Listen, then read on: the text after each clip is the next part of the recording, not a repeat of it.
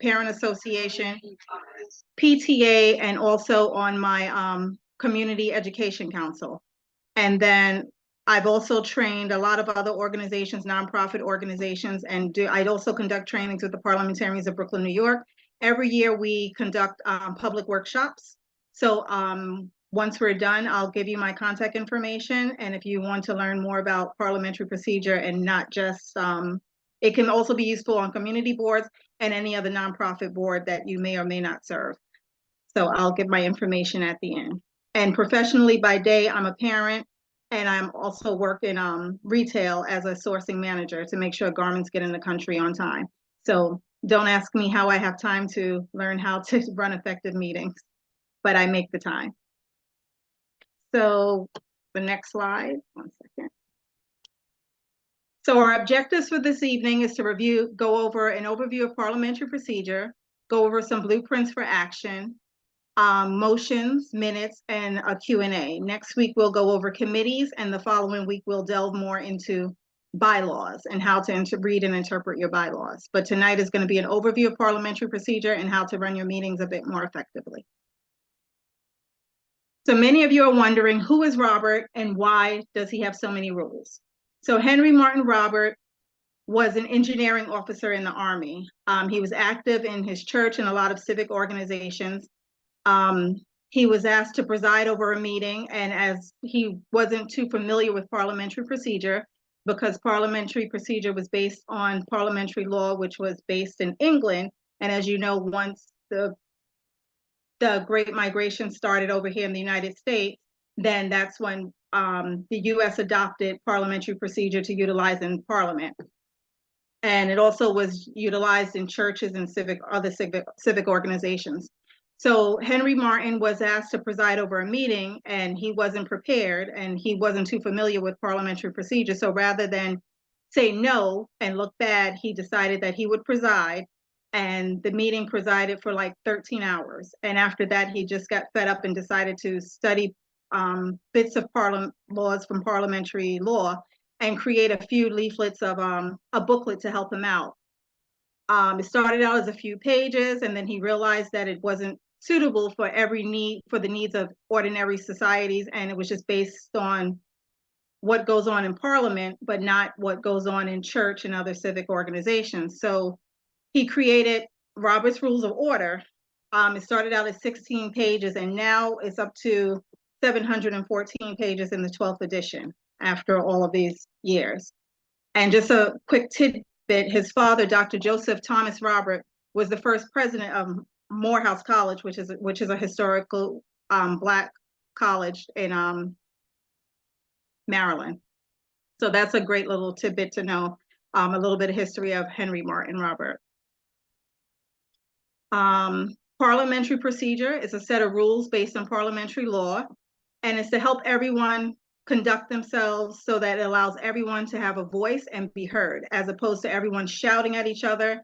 You direct all your questions to the chair, and the chair is responsible for maintaining order, along with assistance of a sergeant of arms if one is in your bylaws. It's a way for members to protect the rights of the minority while also letting the majority rule. So even if you're not at a meeting, your rights are protected based on parliamentary law. And it's a way to make group decisions without confusion, as opposed to when you make a motion to conduct business and it helps everyone stay on track, as opposed to everyone shouting, we need to do this, we need to do that. And that's why we have parliamentary procedure. And it's used by many boards, clubs, of course, community boards, civic organizations, and also many other deliberative and legislative assemblies. So we're going to go over a few customs that occur in some meetings versus Robert's Rules of Order. So a lot of individuals, they would say, I make a motion, but it's actually, you say the proper terminology, I move that Community Board 6 refers the bicycle lane to, the bicycle lane project to a committee, as opposed to saying I make a motion. It's better to say that you move because you let people know that's an action word. I know a lot of organizations, everyone says I make a motion, but it's just I move to move something in order. Another fan favorite is so moved when the chair asks for a motion to have something conducted, and someone will just chime in so moved, and everyone thinks that that's the proper terminology. It's not really doing anything. You have to say what the motion is, and also have it seconded so that it can be heard before an assembly, the assembly or your community board. Another one, I find it very dilatory when people just say, I rise to a point of personal privilege, which means that it doesn't mean anything. You're not rising to a point of personal privilege. It means that something is causing a disruption. So you're rising, excuse me. Some people utilize it incorrectly. They just want to use it to just go on a tangent, but it doesn't mean that that's not the proper usage of rising to a point of personal privilege. You use personal privilege if there's a disruption like a noise or someone is loud talking in the meeting, or you must depart. So you're respectful by informing the chair, and it takes exception to the topic, so you're going to stand and speak, so you don't have to have a title or seniority in order to utilize this motion. Point of information is often used incorrectly. I've witnessed some members that say that I'll rise to a point of information so that they can go on and on about to extend the length of their debate, which is incorrect.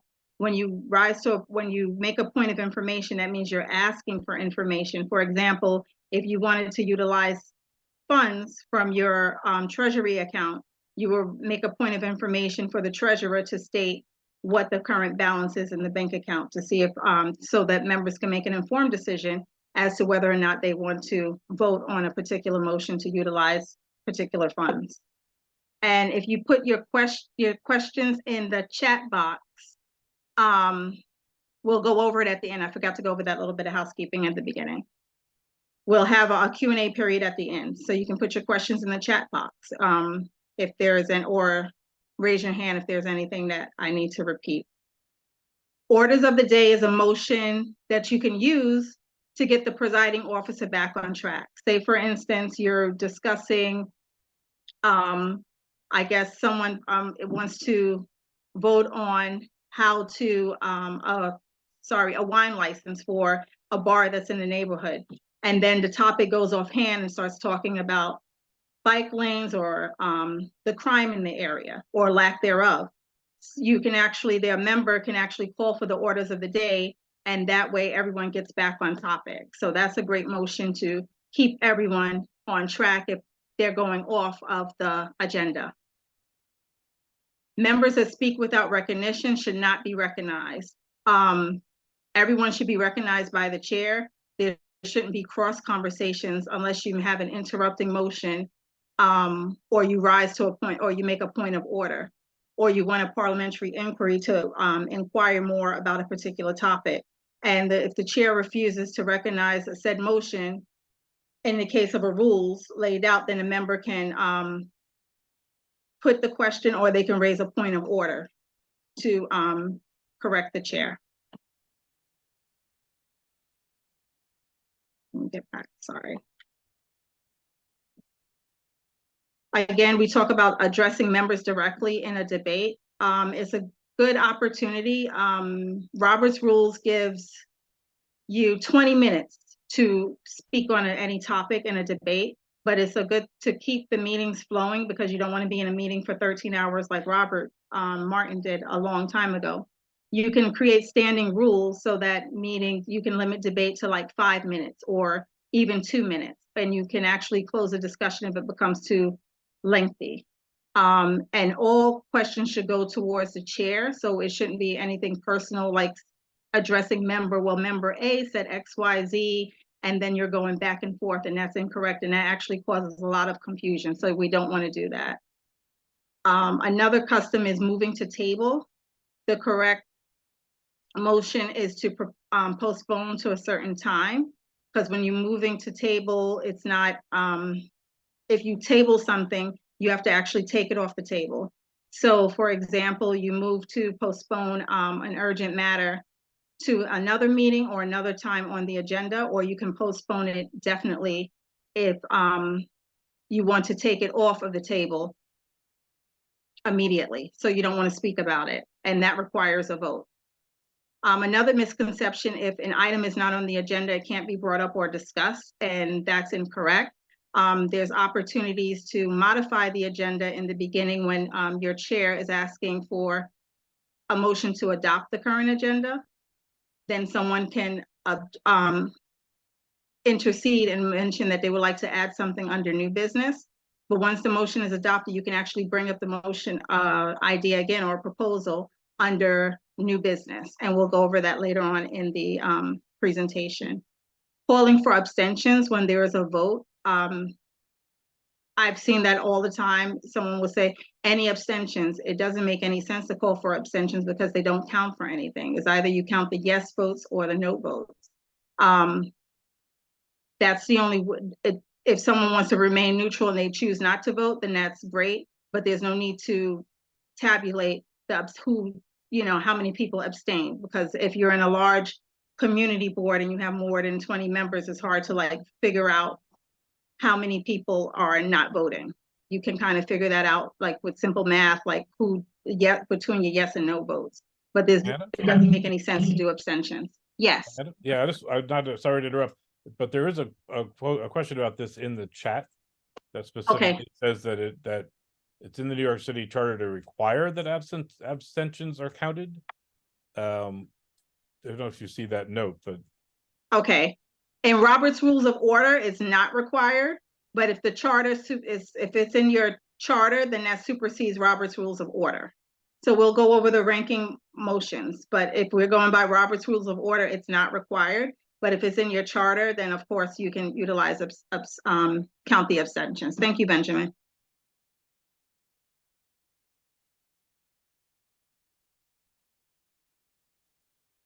Okay, where was I? Let me go back. Using nay is either yes or no. Nay is for horses, so it's either you count the ayes or yeses or nay no's. You don't use nay. Voting on minutes. Minutes are often adopted and they are approved with corrections. You don't necessarily have to call for a vote. For example, a chair, after the minutes have been distributed previously, after everyone has an opportunity to read it, and he or she would ask, are there any corrections to the minutes? And this is an opportunity for members to indicate that if something was omitted from the previous meeting or something that needs to be taken out as a clerical error. If there are no corrections, then the chair would state that the minutes are approved, the minutes are adopted and approved. If there are corrections, then the chair would say the minutes are adopted and approved with corrections. And then all of your minutes should have a draft watermark. And then once approved, then you make sure you put approved on it and have them signed by your secretary and your president, if you so choose to do so. Voting on the treasurer's report, unless there is an action item or a formal motion, recommendation from it, you don't necessarily have to vote on a treasurer's report, only if it's an annual financial report, according to Robert's Rules of Order. That annual financial reports require a formal vote, but a treasurer's report is just filed for information, unless there's a recommendation for a treasurer to utilize funds for a different purpose, and then that will become a motion that will be put before the assembly. And voting on committee reports. Unless there's an action, there's no need to vote on reports. It's usually filed for information. So if there's a recommendation from a committee, then it's stated before your board or any other deliberative assembly and put forth as a vote, the recommendation. So there's no second required on motions that come from a committee report. It's just, it's put forth as a motion and it doesn't require a second. And if someone is saying this is the way we have always done it, it's often wrong.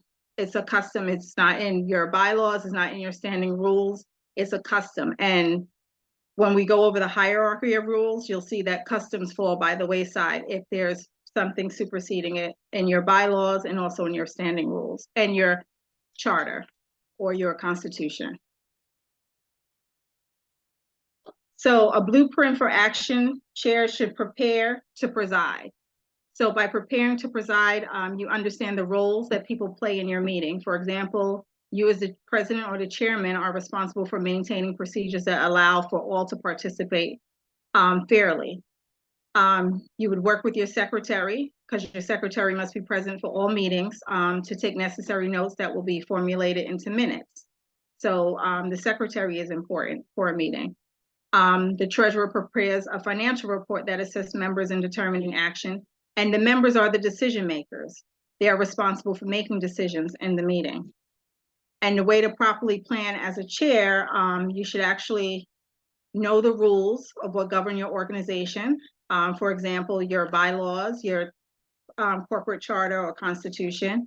And it's best to review and analyze meetings, minutes of the past meeting. That way you can see if there are any action items that need to go on the current agenda under unfinished business, or if there are any items that were referred to a special committee needed to investigate and report back to the board at the next meeting, or any item that was postponed and needs to come back and made a special order under the current meeting.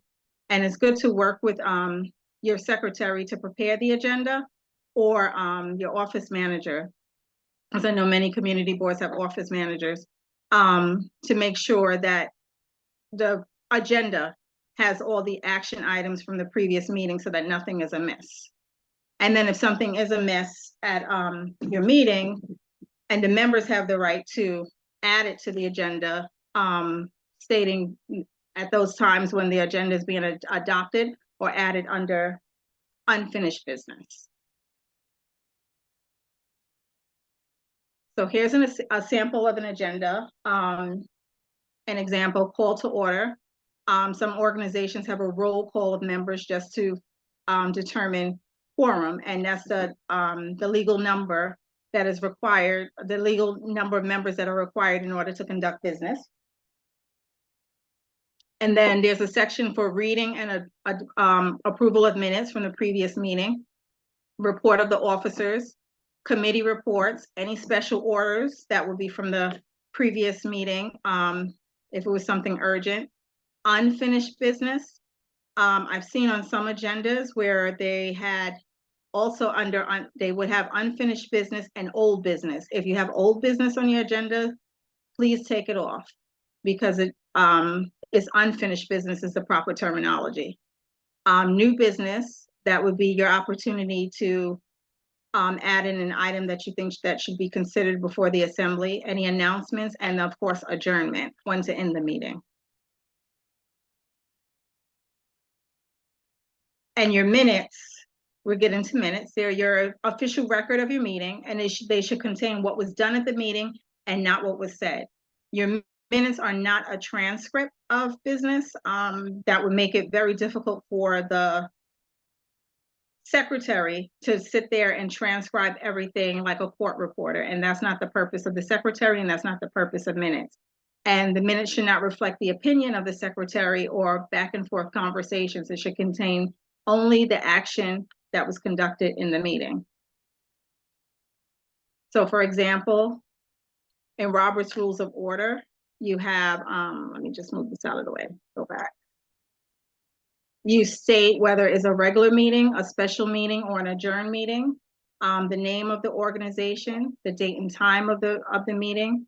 It's good to notate if the chair and the secretary were present, and if they weren't present, if you elected a chair pro tem, a temporary chair, or a temporary secretary. Because all meetings, in addition to quorum, you need someone to preside them over the meeting, and you also need someone to take note of what the business conducted at the meeting, any motions, etc. You need to also notate whether the minutes of the previous meeting were approved as read or as corrected, and the date of the meeting, if it was other than a regular business meeting. And your body of the meeting should contain all motions that were brought before the body. Any secondary motions. You can give a summary of any oral committee reports. but if there were like a committee report that was distributed, you can notate that it was filed with the minutes. So that's a good way to also save time on your meetings, as opposed to everyone giving oral reports. If you distribute the committee reports prior and let the members read it, and then they can come back and with any questions, then that would save time on reading everything in the report. You can give highlights of the report. All notices of motions and all points of orders and appeals, whether it was sustained loss or if someone appealed the decision of the chair, then the ruling of that decision as well. And the last paragraph should contain the hour of adjournment and the signature of the secretary. And again, if the assembly wishes, the president. So that becomes the official record of your meeting that happened. If there are any corrections, like later on you discover that there was something missing in the previous minutes from like a few months ago, you can bring that you can bring those minutes back before the assembly to correct the minutes previously. So there's no time limit as to when you can correct the minutes. Once it's been approved, I mean, you can go back. You just have to bring the motion before the assembly to do so.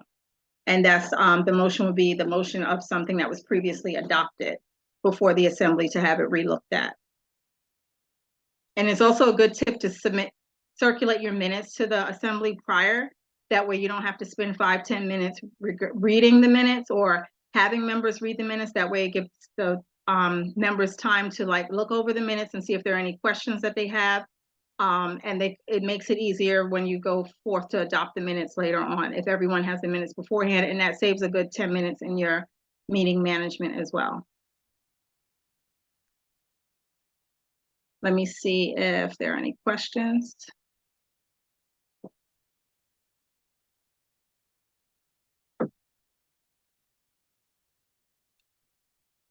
Benjamin, do you see any urgent questions regarding this?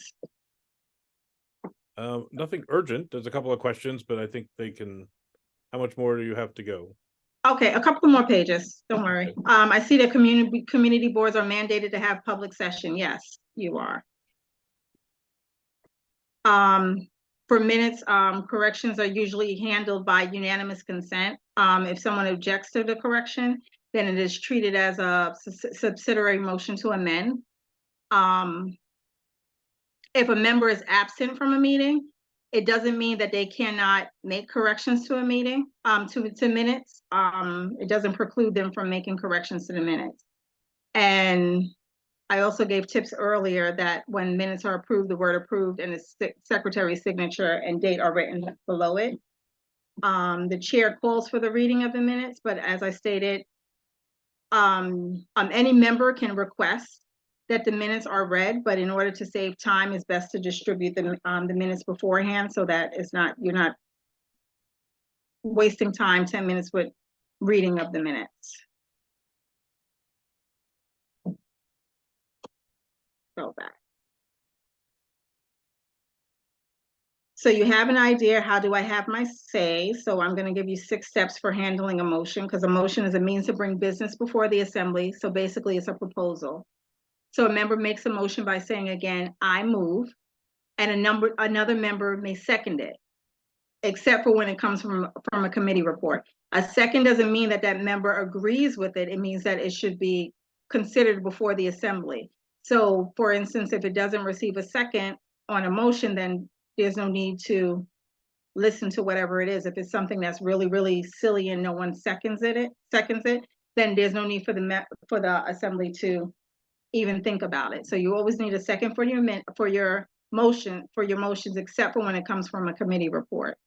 The chair will state what the motion is, states the question, and then there's opportunity for the members to have a discussion about the motion, whether they agree with it or not. It's up to the chair to determine how many times you can have a pro for whoever's for the motion or against the motion. There's no need to have like 10 people restating the same thing, why they disagree or agree with the motion. Then the chair will put the question to the membership for a vote, and then the chair announces what the results are and the effect of the vote. And oftentimes there is a misconception that chairs do not vote. They can vote if it's a ballot vote, or if their result will break a tie. For example, say for instance, there are 12 yes votes, 12 no votes. The chair can say what it is, and then they can decide if the chair agrees. They can say, I vote yes on this motion, the motion passes, or I vote no on the motion and the motion does not pass.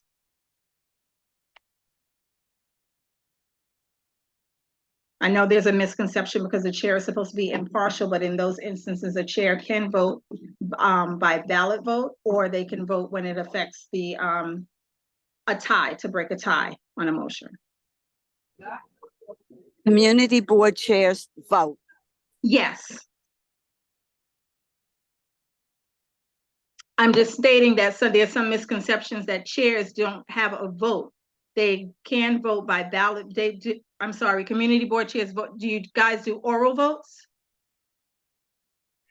We usually do oral votes. We do a Okay. roll call vote. Okay. Sometimes if it's controversial, they can be the last one to vote. Okay, so they would determine, like what I said, they can, their They're vote the would end, affect right. the tie. Yeah. Okay, thank you. So your governing documents, like you have your law, which supersedes your bylaws, your corporate charter, is another, your bylaws and constitution. So your bylaws and constitution shouldn't contradict what's in your state law or your corporate charter. Then you have your rules of order, which is like your special rules, and your parliamentary authority, which is Robert's Rules of Order. And your standing rules are basically like things that are not in your bylaws, such as, for instance, in some organizations, they'll put in like what their dues are in their bylaws. And also, I mentioned earlier, to put in the number of minutes that someone can speak on a debate. And that's a good way to, you can add that to your standing rules. And custom, anything that's custom, it falls by the wayside if anything in your bylaws supersedes it, or your state law or corporate charter. And there's going to be another workshop on bylaws. So the bylaws are like your most important and basic rules of your organization. It contains the rights and duties of members within the organization, and it just prescribes how a society should function. And it cannot be changed without previous notice to your membership. And in most bylaws, it has to have a 2/3 vote, and bylaws cannot be suspended. So that's why it's very important that you review your bylaws yearly or often. And but you don't want to make your changes too cumbersome where you can't conduct business. But there will be another workshop on bylaws to go more in depth on this in the coming weeks. Methods to amend your bylaws, and also for motions. For example, if you have a motion on the floor to say, for instance, the community board wants to spend $600 on to use $600 for a particular event. If someone doesn't agree with that, they can choose to strike what that event is and insert another in the event and have that voted on, as opposed to going back and forth. Well, I want to do this, I want to do that. Then you can just strike whatever it is and then have it seconded, and then you vote on that particular amendment. Let me see if there are any questions. Sorry. Okay.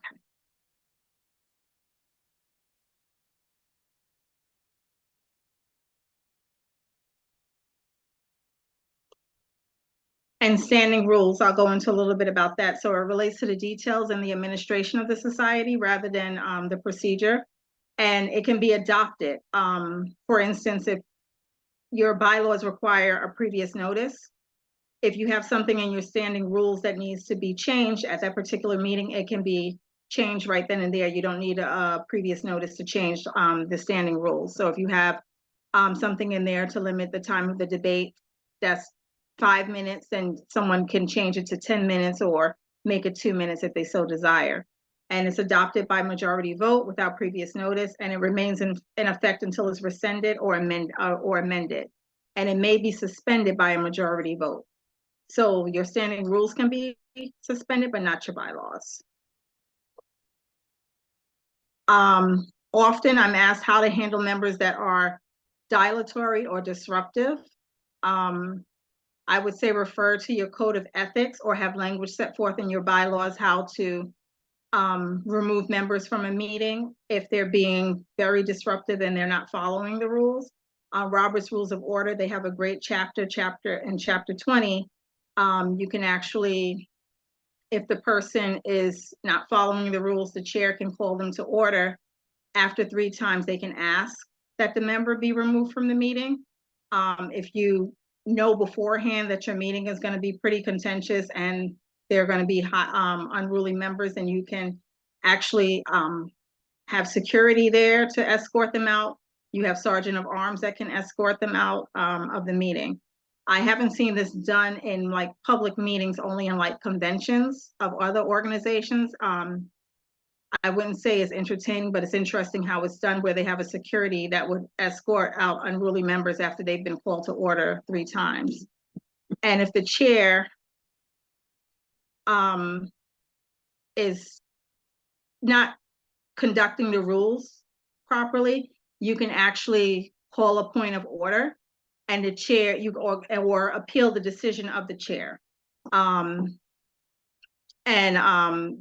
We usually will call the chair into order, as opposed to thinking that the chair is there to run the meeting, but they don't have the final say. If you appeal the decision of the chair, then the event goes before the assembly, and the assembly will actually vote on what to overturn the decision of the chair or sustain the decision of the chair. I'm getting tongue-tied.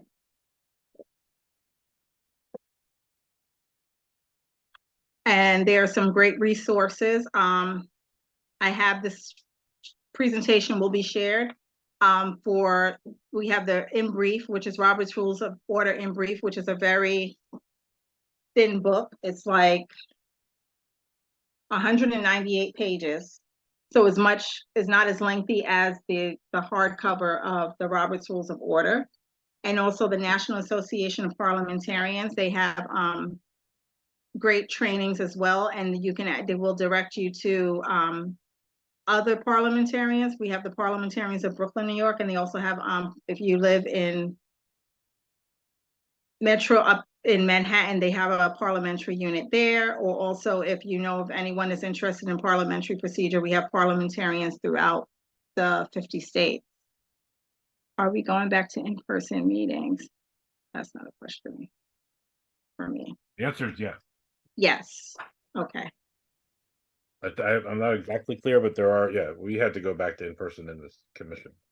Okay. So now I'm going to open it up for questions. If anyone has any questions. Should we jump back to what's in the chat? Yes, I'm going to scroll up.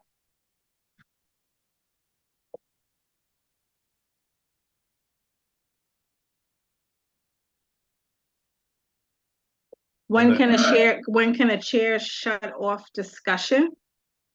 If you set time limits to, say, for instance, I would recommend that you have a timekeeper to keep track of when everyone is speaking. A member can actually call the question, and that will shut off discussion of anything that's too lengthy. They would just stand up and say, I call the question, and that ends all debate on the particular motion. And then you can actually the chair would actually go straight to request a vote for that particular motion. Doesn't the call the question require a vote? Yes, it does. I'm sorry. So you can call the question and have it voted on to end discussion of the debate.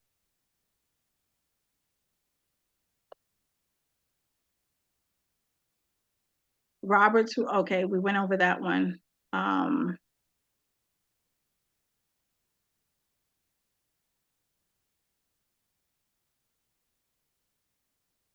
Did I miss anything, Ben? I did. I just looked up. We answered the one about the public charter. If there's a motion on the floor, can discussion happen regarding a motion? The chair would ask for discussion. For example, the chair would ask if there are any questions, and then you would have to, he or she would have to recognize the person to have the discussion. He would say, are there any questions on the motion, or if there are any discussion? And then someone would rise and say, Madam or Mr. Chair, and then the chair would recognize that person and they would be able to have a discussion. But it would have to be germane to that particular motion. You can't discuss something else while a motion is on the floor, bring up another topic of business while that particular motion is on the floor. There is a question. The chair can refuse to recognize a member.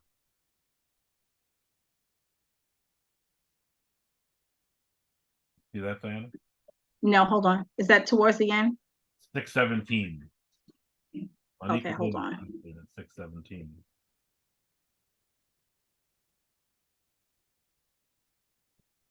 Okay, hold on. If a chair doesn't recognize a motion, that's what I'm not seeing that question. Can the chair refuse to recognize a member? They cannot refuse to recognize a member because the chair is supposed to be impartial. The only time if the discussion has ended, the time limit has ended, then they can, I guess you call in the last person and that's it, but you can't refuse, like, for instance, you pick and choose who you would like to acknowledge. For example, say there are two people that want to, if you set the time limits, like you have just 20 minutes for this discussion, or this person only speaks for 2 minutes, and then the timekeeper says that's it. And then they would ask if there's any other discussion for this particular motion. There should be, the chair shall allow opportunity for everyone to speak on a particular motion, as long as the time allows for it. There's another one from Ken Coughlin. Is it true that a motion to return to committee or to table cannot be debated but must be voted on without debate? That a motion to return to committee or to table cannot be debated. Is that true? If you want to return something to a committee, like Or for table instance, or table it, if you table something, you do have to vote to bring it back on the table. For example, is basically you're not tabling it, you're postponing it. So if you lay something on the table, for example, in Robert's Rules of Order, if there's like a dignitary or say for instance, the mayor wants to attend your meetings, then you would lay the particular item on the table, but then you would have to vote to bring it back on the table after the that particular business item was taken care of. Like if the mayor leaves the meeting, then there would be a vote to bring that item back up on the table. But there's no debate. There's no debate around that topic. It's just a vote. No. Yes. Because it's considered like a dignitary. If a person says that I make a motion and it's voted on, does it count as a motion?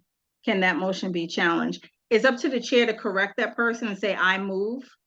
I've seen many chairs, they allow it, but you can say, the chair can gently correct and say, I move. But I wouldn't say that it can be challenged. There's nothing in Roberts that states that if someone incorrectly states that it can be challenged or it's not accurate. It's up to the chair to know the correct terminology and to correct the member, to assist the member with any motions. For example, if they're making a motion, they can gently restate it and make sure that that's the motion that they want to present. And it's also good to write out the motion so that the secretary, and give a copy to the secretary so the secretary can have the correct wording to add into the minutes.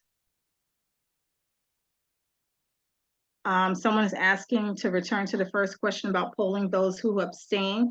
In Robert's Rules of Order, we don't count abstentions, but someone stated that according to your charter that you do. So disregard that because the charter supersedes Robert's Rules of Order and it also supersedes your bylaws. There's a question from Jamie Floyd at 6:42 who says, wait, you just lost me. Do we vote whether to call the question and then vote on the motion at hand? Or is, No, once you call the question, then you, the chair would call for a vote. If the question was approved by majority vote, then you will vote on the particular item at hand. For example, you're just calling the question, just ends the debate, the lengthy debate on the topic, and then you vote on the motion at hand.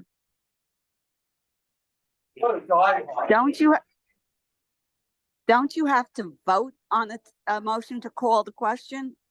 As I stated, when you vote on the motion to call the question, if it's approved, then you end all discussion on that debate, and then you vote on the current motion at hand. So call the question only ends the discussion on the particular debate.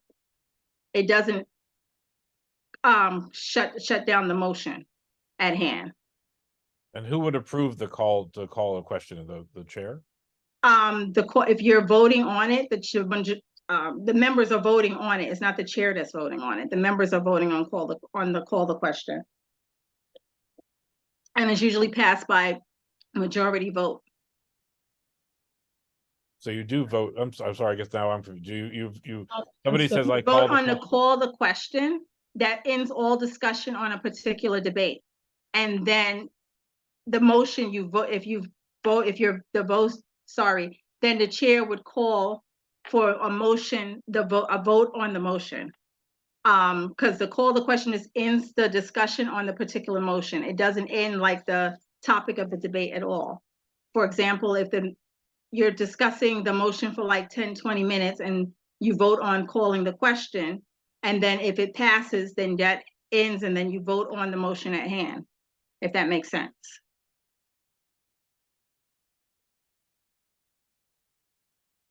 I got that. For example, if a member calls the question, you vote on it.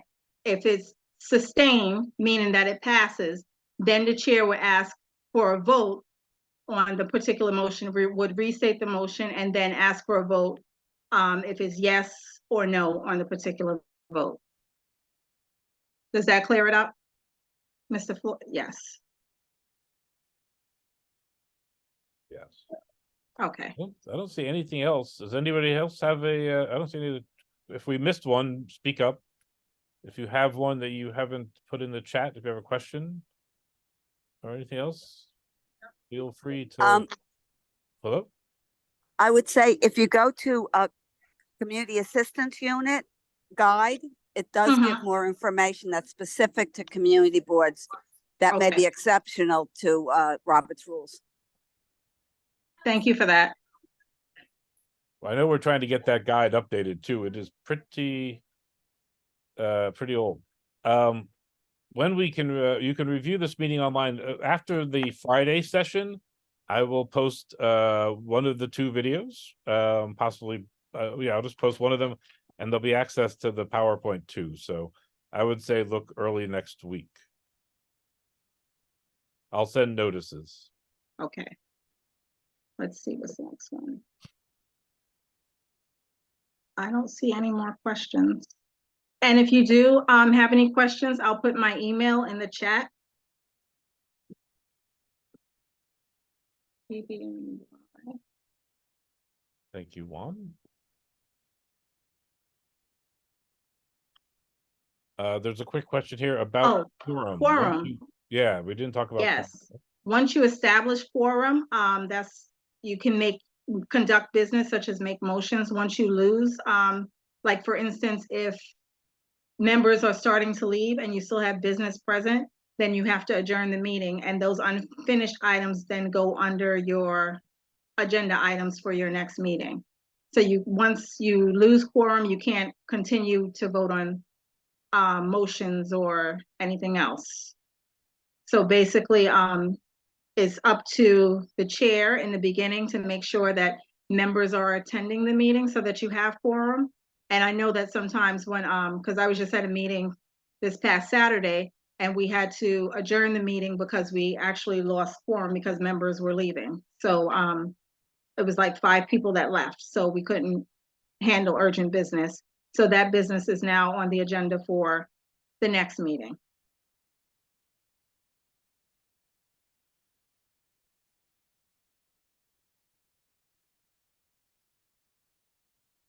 Yes. Okay. Again, last call for any questions.